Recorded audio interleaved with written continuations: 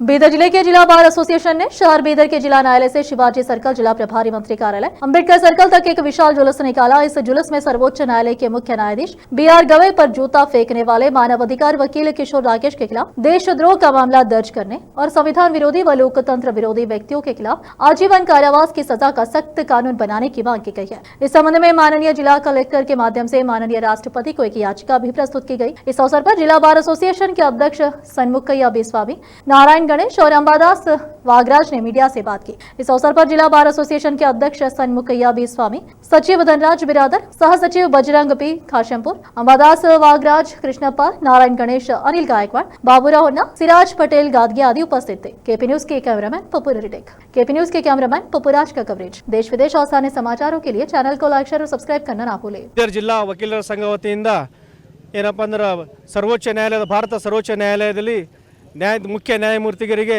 ಅಲ್ಲಿನ ವಕೀಲರೊಬ್ಬರು ಏನಪ್ಪ ಅಂದ್ರೆ ಒಂದು ಆರ್ಗ್ಯುಮೆಂಟ್ನಲ್ಲಿ ಏನಪ್ಪ ಶೂ ಒಂದು ಎಸಕಂತ ಪ್ರಯತ್ನವನ್ನು ಮಾಡಿದ್ದಾರೆ। ಆ ಒಂದು ಪ್ರಯುಕ್ತವಾಗಿ ಅದು ಒಂದು ಕೋರ್ಟ್ ಹಾಲ್ನಲ್ಲಿ ಏನು ನಡೆದಿದೆ ಅದು ಜಿಲ್ಲಾ ವಕೀಲರ ಸಂಘವು ಖಂಡನೆ ಮಾಡ್ತದೆ। ಇದು ಭಾರತ ದೇಶವೇ ಅದಕ್ಕೆ ತಲೆ ತಗ್ಗಿಸುವಂಥ ಕೆಲಸವಾಗಿದೆ। ಅದರ ಪ್ರಯುಕ್ತ ನಾವೇನಪ್ಪ ಅಂದ್ರೆ ರಾಷ್ಟ್ರಪತಿಯವರಿಗೆ ಜಿಲ್ಲಾ ವಕೀಲರ ಸಂಘ ಮುಖಾಂತರ ಆ ಒಂದು ಕೃತ್ಯವನ್ನು ನಡೆಸಿದ ವಕೀಲರಿಗೆ ಖಂಡನೆ ಮಾಡ್ತಾ ಇದ್ದೀವಿ।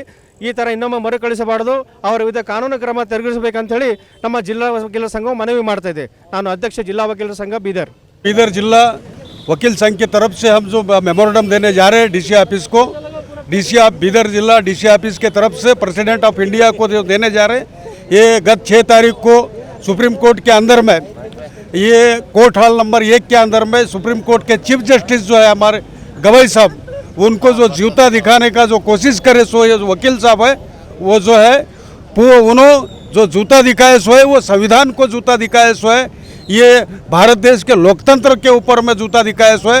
उसकी मंशा जो थी उसकी मंशा बहुत गलीज थी। ये पूरा भारत देश का वकील जो है, वकील संगठन जो है वो पूरा क्या है बोले तो उसका खंडन करता है।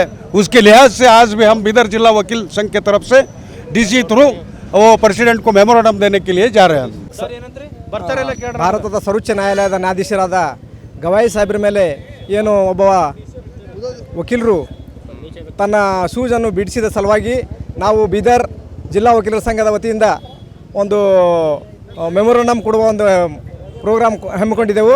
ಬೃಹತ್ ಪ್ರತಿಭಟನೆ ಮಾಡ್ತಾ ಇದ್ದೆವು। ಆಮೇಲೆ ಈ ರೀತಿ ಅವನ ಹಿಂದೆ ಕಾಣದ ಕೈವಾಳವಿದ್ದು ಷಡ್ಯಂತ್ರ ಮಾಡಿ ಈ ರೀತಿ ಅವನ